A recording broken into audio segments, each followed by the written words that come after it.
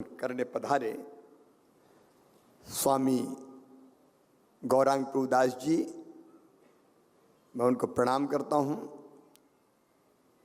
लोकप्रिय सांसद और भारतीय जनता पार्टी के प्रदेश के अध्यक्ष भाई BD शर्मा जी, हमारे इस विभाग के मंत्री पर्यावरण जिनके पास है, आज वो समझ रहे होंगे कि विभाग कितना महत्वपूर्ण है। भाई हरदीप सिंह डंग जी, हमारे वन मंत्री आदरणीय कुंवर विजय शाह जी, चिकित्सा शिक्षा मंत्री भाई श्री विश्वास सारंग जी, हमारे पिछड़ा वर्ग कल्याण मंत्री भाई राम खिलावन पटेल जी, विभास जी, जितेंद्र जामदार जी, कंसोटिया जी। मुझे कहते हुए आनंद है कि हमारे कई पर्यावरणविद आज इस कार्यक्रम में पधारे हैं।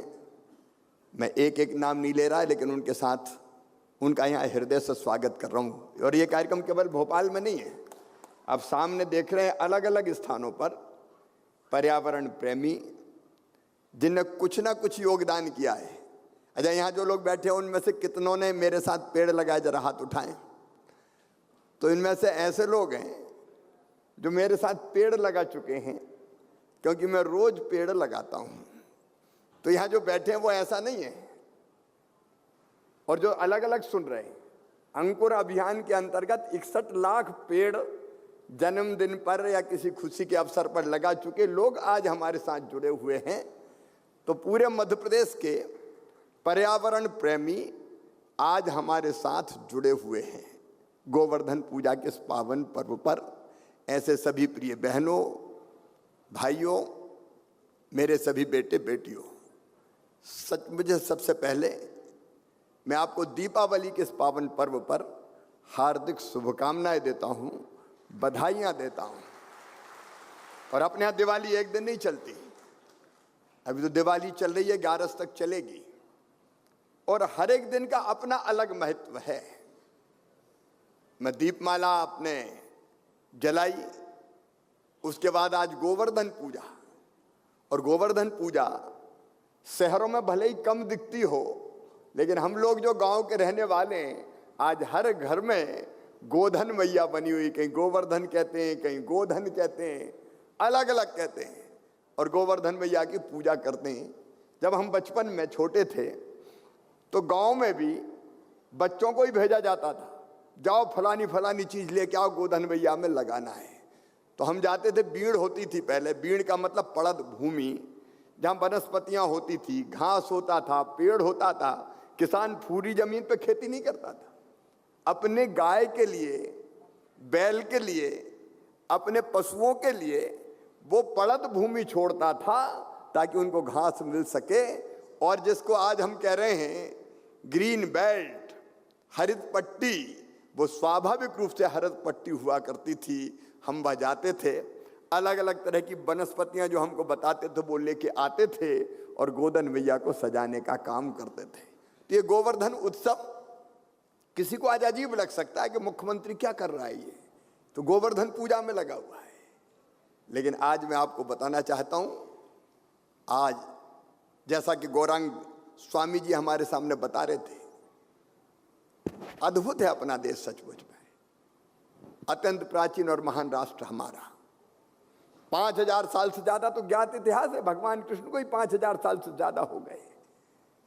और हमारी ये परंपरा देखिए कितना हमारे ऋषियों ने सोच समझ के बनाई होगी। गोवर्धन पूजा, अगर कोई भारतीय संस्कृति के बारे में मुझसे पूछे कि इसकी सबसे बड़ी विशेषता क्या है, इसको परिभाषित कैसे किया जा सकता है, तो हमेशा कहता हूं और बार बार दोहराता हूं, एक ही चेतना हम सब में है।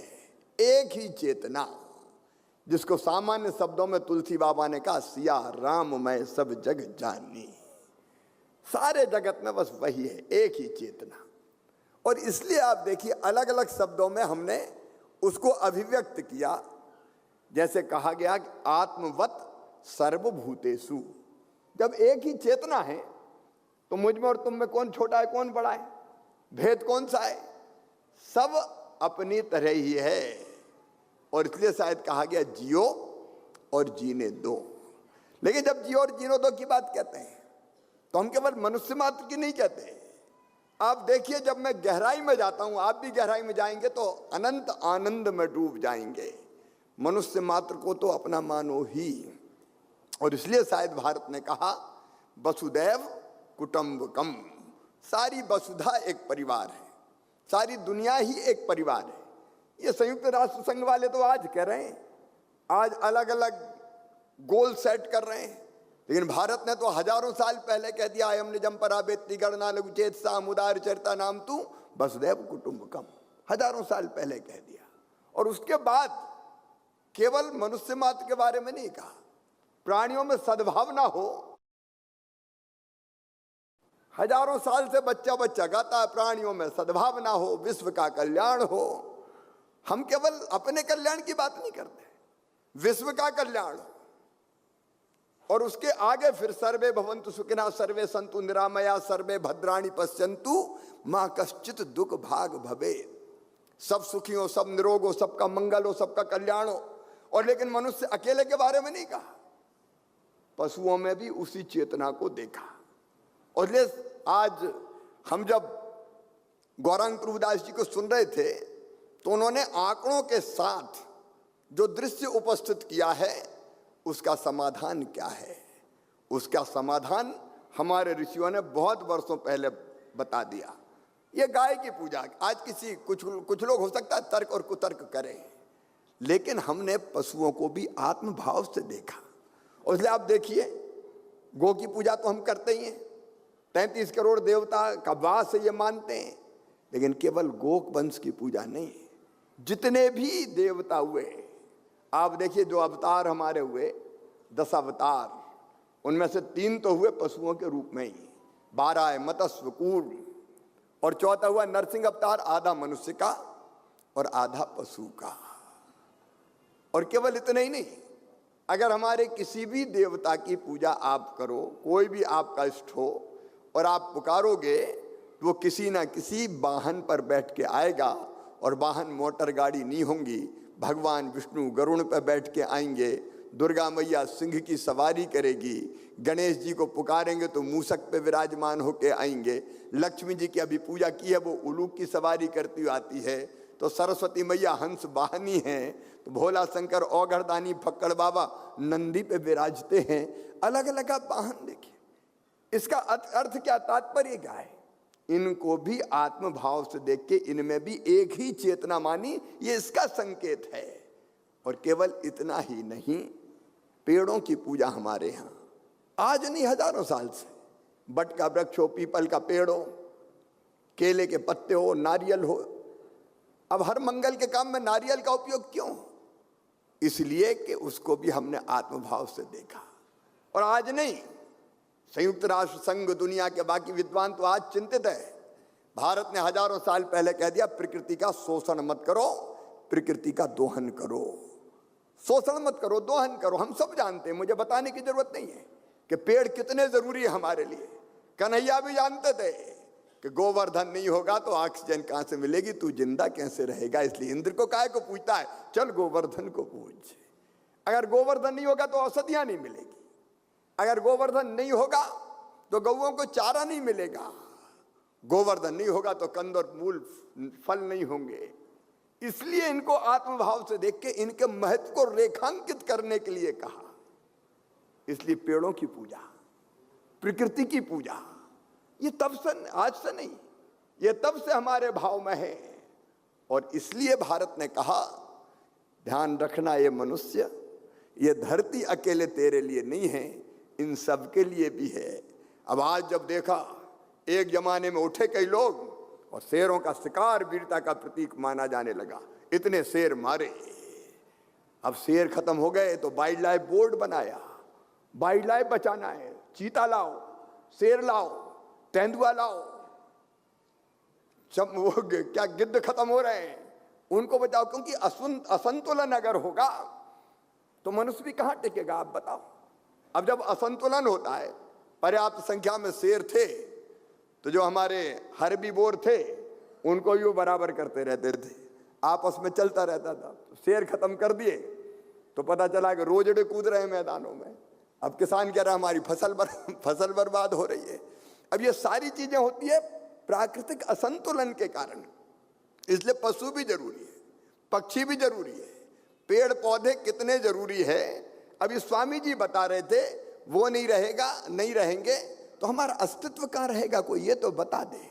इसलिए भारत ने जो जीवन शैली की बात की वो बहुत सोच विचार कर की। प्रकृति का दोहन करो, शोषण मत करो। और दोहन और शोषण में अंतर है।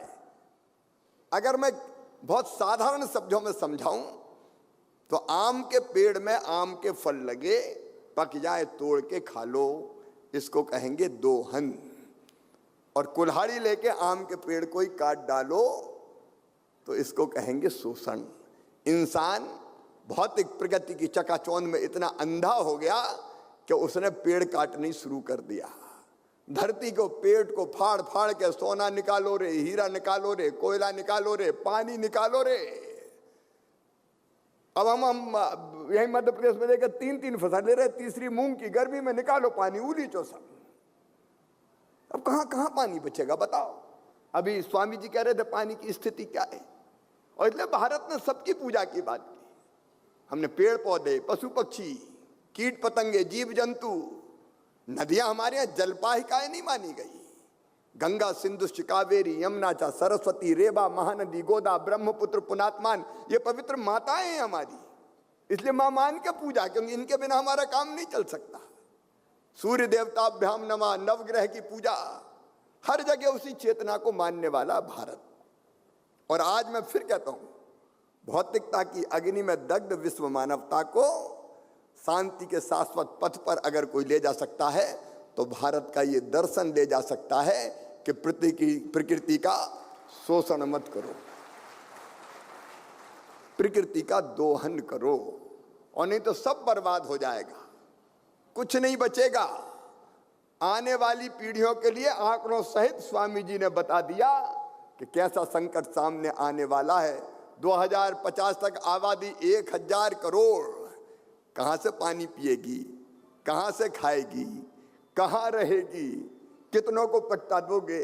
और इसलिए हमको विचार करना पड़ेगा। ये कर्मकांड नहीं है मेरी गोवर्धन पूजा कि मुख्यमंत्री को एक कार्यक्रम करना था, सरकार को तो एक कार्यक्रम कर लिया। मेरे प्रिय मित्रों, बहनों और भाइयों, प्रदेशवासियों, ये गंभीर चिंतन के लिए आज का कार्यक्रम रखा गया है। और केवल मैं चिंता प्रकट नहीं करूंगा, हम केवल समस्या की बात नहीं करेंगे, हम समस्या का समाधान भी ढूंढेंगे। क्योंकि इस धरती को हमको सुरक्षित बचाए रखना है, आने वाली पीढ़ियों के लिए भी छोड़ना है, नहीं तो आगे बचेगा क्या कोई। ये तो सोच लो, क्या हम इतने स्वार्थी होंगे क्या आने वाली पीढ़ियों की चिंता ना करें, उनका भविष्य क्या होगा इसकी चिंता ना करें। और आज नहीं, हमारे ऋषियों ने, संतों ने, महात्मा गांधी जी ने कितनी चिंता व्यक्त की थी। उनका धरती के पास दुनिया के प्रत्येक व्यक्ति को आवश्यकता के पूर्ति के लिए देने के लिए है सब कुछ, लेकिन अगर तुम लोभ में अंधे हो गए तो फिर ये धरती कम पड़ेगी, प्रकृति के ये साधन कम पड़ेंगे। आज नहीं, बहुत पहले कहा। आज मेरे मन में ये विचार आया कि सरकार भी और समाज भी मिलकर कुछ क्यों ना करें। कुछ कदम हमने उठाए, कुछ कदम और उठाए जाएं। और भारत के प्रधानमंत्री श्रीमान नरेंद्र मोदी जी, मैं इसलिए उनका अभिनंदन नहीं कर रहा कि वो भारत के प्रधानमंत्री हैं केवल, या मैं उसी पार्टी से आता हूं जिससे वो प्रधानमंत्री बने, भारतीय जनता पार्टी। मैं इसलिए अभिनंदन करता हूं, एक व्यक्ति ऐसे हैं जिन्होंने मिशन लाइफ की बात की। मिशन लाइफ का एक कॉन्सेप्ट धरती के सामने, दुनिया के सामने रखा, मिशन लाइफ। अभी 20 अक्टूबर 2022 को प्रधानमंत्री श्रीमान नरेंद्र मोदी जी ने संयुक्त राष्ट्र संघ के महासचिव एंटोनियो गुटरेस की उपस्थिति में समूचे विश्व को समर्पित करते हुए लाइफ फॉर एनवायरनमेंट प्रारंभ किया है, मिशन लाइफ। अब ये मिशन लाइफ हम सफल करेंगे तो धरती पर लाइफ बचेगी, नहीं तो एक दिन वो आएगा कि लाइफ बचेगी ही नहीं, कुछ बचेगा ही नहीं। और इसलिए उन्हें एक नहीं, अनेकों लक्ष्य हमारे सामने रखे। उनके लक्ष्य हम सब लोगों ने सुने हैं। उन लक्ष्यों को प्राप्त करने के लिए मध्य प्रदेश ने अपने आप को समर्पित करने का काम किया है। एक नहीं कई लक्ष्य प्रधानमंत्री जी ने साथ में रखे। अभी कार्बन गैसों के उत्सर्जन की बात स्वामी जी ने विस्तार के साथ बताई। अगर ये उत्सर्जन ऐसे ही होता रहा तो धरती का क्या होगा हम सोच सकते हैं। इसलिए मित्रों, अगर इस धरती को बचाना है तो हमको अपनी जीवन शैली में परिवर्तन लाना पड़ेगा, अपनी जीवन शैली। और उसके लिए 3 चीजें जिसका उल्लेख प्रधानमंत्री जी ने भी किया। नंबर 1, व्यक्तिगत जीवन शैली में परिवर्तन। हम दुनिया की बात करें, दुनिया की आलोचना करें, लेकिन हम खुद क्या कर रहे हैं? क्या हम अपनी जीवन शैली बदल सकते हैं? और उसी के प्रयास है हमारे। और कुछ ना करो, अरे जन्मदिन के दिन तो एक पेड़ लगा दो, कम से कम उतनी ऑक्सीजन का इंतजाम तो कर लो जितनी जरूरत तुम्हें। शादी की वर्षगांठ पे पेड़ लगा दो, बेटा बेटी के जन्मदिन पे पेड़ लगवा दो। और मुझे खुशी है कि मध्य प्रदेश इस दिशा में तेजी के साथ आगे बढ़ रहा है। अब हम देखते हैं पानी की बोतलें, आजकल 2 घूंट पिया और बोतल फेंक दी, कितना पानी बर्बाद होता है। ये तो मिनरल वाटर कहते हैं। आजकल गांव-गांव में कहीं भी जाओ, गिलास में पानी आता ही नहीं, लोग फटाक से बोतल सामने रख देते, लीजिए पानी। गिलास धीरे धीरे खत्म ही हो रहा है बेचारा, और 2 घूंट पी और बोतल फेंक दी। अब कितना साफ पानी, मीठा पानी जिसकी बात कर रहे थे स्वामी जी, वो हम बर्बाद कर रहे हैं। क्या हम अपनी जीवन शैली में ये परिवर्तन नहीं ला सकते? क्या हम जितना जरूरी पानी उतने ही पी के बाकी पानी सुरक्षित रखेंगे? कई बार गिलास लिया और 2 घूंट पानी पिया और फेंक दिया हमने। क्या हम ये तय नहीं कर सकते कि गिलास का पानी उतना ही लेंगे, नहीं तो आधा गिलास लो ना जी, जरूरत क्या है? क्या तो मुझे आधा गिलास पानी चाहिए। ये कितनी छोटी बात, आसानी से हम कर सकते हैं। पूरा गिलास काय को हम खराब करें? इसी को कहते हैं जीवन शैली में परिवर्तन। हम छोटे छोटे परिवर्तन अपनी जीवन शैली में ला सकते हैं। हम बिजली की, मैं आप सबसे कह रहा हूं, जो पूरे मध्य प्रदेश पहुंचे सुन रहा हूं, उनसे कह रहा हूं, बिजली बनाने में, कोयले से बिजली बनाने में कितना कार्बन गैसों का उत्सर्जन होता है, प्रदूषण कितना। सिंगरौली में कह दिया सुप्रीम कोर्ट ने, फटाके फोड़ो ही मत, क्योंकि वहां बिजली बनती है। अलग अलग शहरों में, ग्वालियर में, कटनी में इतने कारखाने बाकी चलते हैं, उनका बिल्कुल फटाके नहीं फूटेंगे। अब कलेक्टर डंडा लेके घूम रहे, फटाके मत फोड़ो, फटाके मत फोड़ो, जिनको फोड़ना वो फोड़ ही रहे, कितनों को बंद करें अब। लेकिन केवल फटाका कारण थोड़ी है, अकेले फटाके से काम थोड़ी चलेगा। फटाका तो दिवाली के दिन फूटता है, बाकी चीजें हम कितनी करते हैं। नमस्कार, मैं हूं मानक गुप्ता। अगर आपको हमारा ये वीडियो पसंद आया हो तो इसे लाइक और शेयर जरूर करें, और हां, हमें सब्सक्राइब और फॉलो करना ना भूलें, ताकि आप देश और दुनिया की कोई खबर मिस ना करें। तो जुड़े रहिए हमारे साथ और देखते रहिए News 24।